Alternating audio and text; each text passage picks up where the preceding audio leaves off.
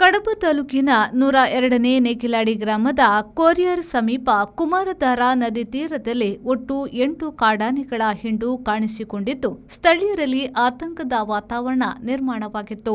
Courier ಹಾಗೂ ಮೈಪಾಜಿ ಭಾಗಗಳಲ್ಲಿ ಆನೆಗಳು ಸಂಚರಿಸಿ ಕೃಷಿ ಬೆಳೆಗಳಿಗೆ ಹಾನಿಯಾಗಿತ್ತು. ಪಂಜೋಡಿ ಭಾಗದ ನಿಶಿತ್ ಮೈಪಾಜೆ ಹಾಗೂ ಹರೀಶ್ ಕೋರಿಯಾರ್ ಹಾಗೂ ಕೆರ್ಮಾಯಿ ತಮಿಳ ಕಾಲೋನಿಯಲ್ಲಿ ಅವರ ತೋಟಗಳಿಗೆ ನುಗ್ಗಿದ ಆನೆಗಳು ತೆಂಗು, ಅಡಕೆ ಮತ್ತು ಬಾಳೆ ಗಿಡಗಳನ್ನು ನಾಶಪಡಿಸಿತ್ತು. ಘಟನೆ ಕುರಿತು ಮಾಹಿತಿ ತಿಳಿದುಕೊಂಡ ಸುಳ್ಯ ವಿಧಾನಸಭಾ ಕ್ಷೇತ್ರದ ಕಾಂಗ್ರೆಸ್ ಮುಖಂಡ ಜಿ. ಕೃಷ್ಣಪ್ಪ ಅವರು ಸ್ಥಳಕ್ಕೆ ಭೇಟಿ ನೀಡಿ ಪರಿಶೀಲನೆ ನಡೆಸಿದ್ರು.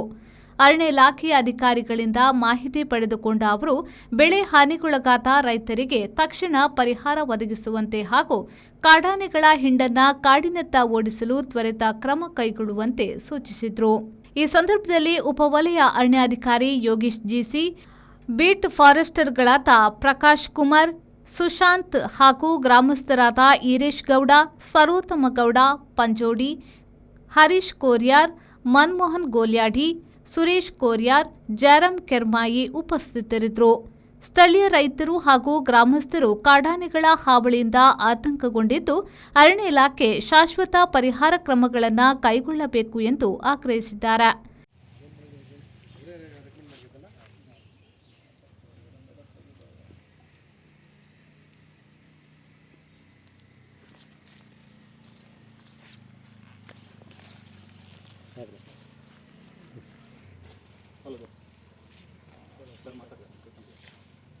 ಇಲ್ಲಿಗೆ ಬಂದಿದ್ದೀರಾ?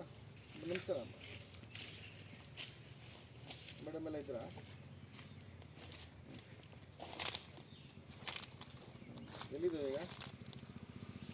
ಎಲ್ಲಿದ್ದಾವೆ ಈಗ ಅಂದರೆ ಆಚೆ ಹೊಟ್ಟೆ ಗಜೆ ನೋಡ್ಕೊಳ್ಳಿ. ಆಮೇಲೆ ಮನೆ ಈ ಕಡೆ ಊರ ಕಡೆ ಎಲ್ಲ ಬಂದು ಸ್ವಲ್ಪ ನೋಡ್ಕೊಳ್ಳಿ. ನೋಡಿ, ಈಗ ಸಮಸ್ಯೆ ಇರೋದು ನಿಮ್ಮದೇನೆ. ನಮ್ಮದು ಮಂಜುನಾಥ್ ಸರ್ ಆಯಿತು, ನಮ್ಮದು ಇವ್ರದ್ದು ಸರ್ ಆಯಿತು, ವಿಮಲ್ವ್ರದ್ದು. ನೀವು ಸಲ ನೋಡ್ಕೊಳ್ಳಿ. ಯಾಕೆ ಒಂದು ತೋಟಿಗೆಲ್ಲ ಬಂದಿಲ್ಲಲ್ಲ ನೋಡಿ. ಅಲ್ಲಿ ಮೊನ್ನೆ ಕೂಡ ಅಲ್ಲೇ 8 ದಿವಸ ಅಲ್ಲೇ ಇತ್ತಂಥದ್ದು, 8 ದಿವಸ. ಹಾಂ,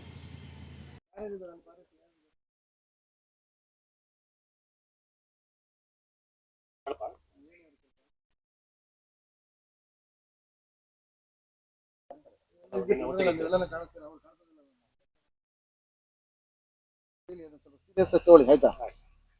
ಮತ್ತೆ ಪ್ರಾಣ ಏನೂ ಆಗಲಿಲ್ಲ ಸರ್. ನಮ್ಗೆ ಖುಷಿ ಪಡಬೇಕು. ತೋಟ ಆದರೆ ಏನೋ ಮಾಡ್ಕೊಂಡು ಅದು ಅನ್ಯಾಯ ಆಗ್ತದೆ ನೋಡಿ. ಎಷ್ಟು ಕಷ್ಟಪಡ್ತಾರೆ. ಸುಮಾರು ಹೊತ್ತಿದೆ ಇಲ್ಲಿ, ಕರೆಕ್ಟ್ ಅಲ್ವಾ? ಸುಮಾರು ಒಂದು 2-3 ಗಂಟೆ ಇಲ್ವಾ ಇಲ್ಲಿ? ಇದ್ದಾವಲ್ಲ, ಇದ್ದಾವೆ, ಸುಮಾರು ಹೊತ್ತಿದ್ದಾವೆ. ಡಿಸ್ಟರ್ಬ್ ಏನೋ ಆಗಿ ಹೋಗಿರ್ಬೇಕು. ಬೆಳಗಿನ ಜಾವ ಬಂದದ್ದು ಇಲ್ಲೇ ಇದ್ದಾವೆ. ಇದರಿಂದ ಇಷ್ಟೊಂದೆಲ್ಲ ಆಗ್ಲಿಕ್ಕಿಲ್ಲ. ಆಚೆ ಬಂದು ಈಚೆ ಬಂದ ಆಚೆ ಹೋಗ್ಲಿಕ್ಕೆ ಆಗಿಲ್ಲ. ಗೊತ್ತಂತ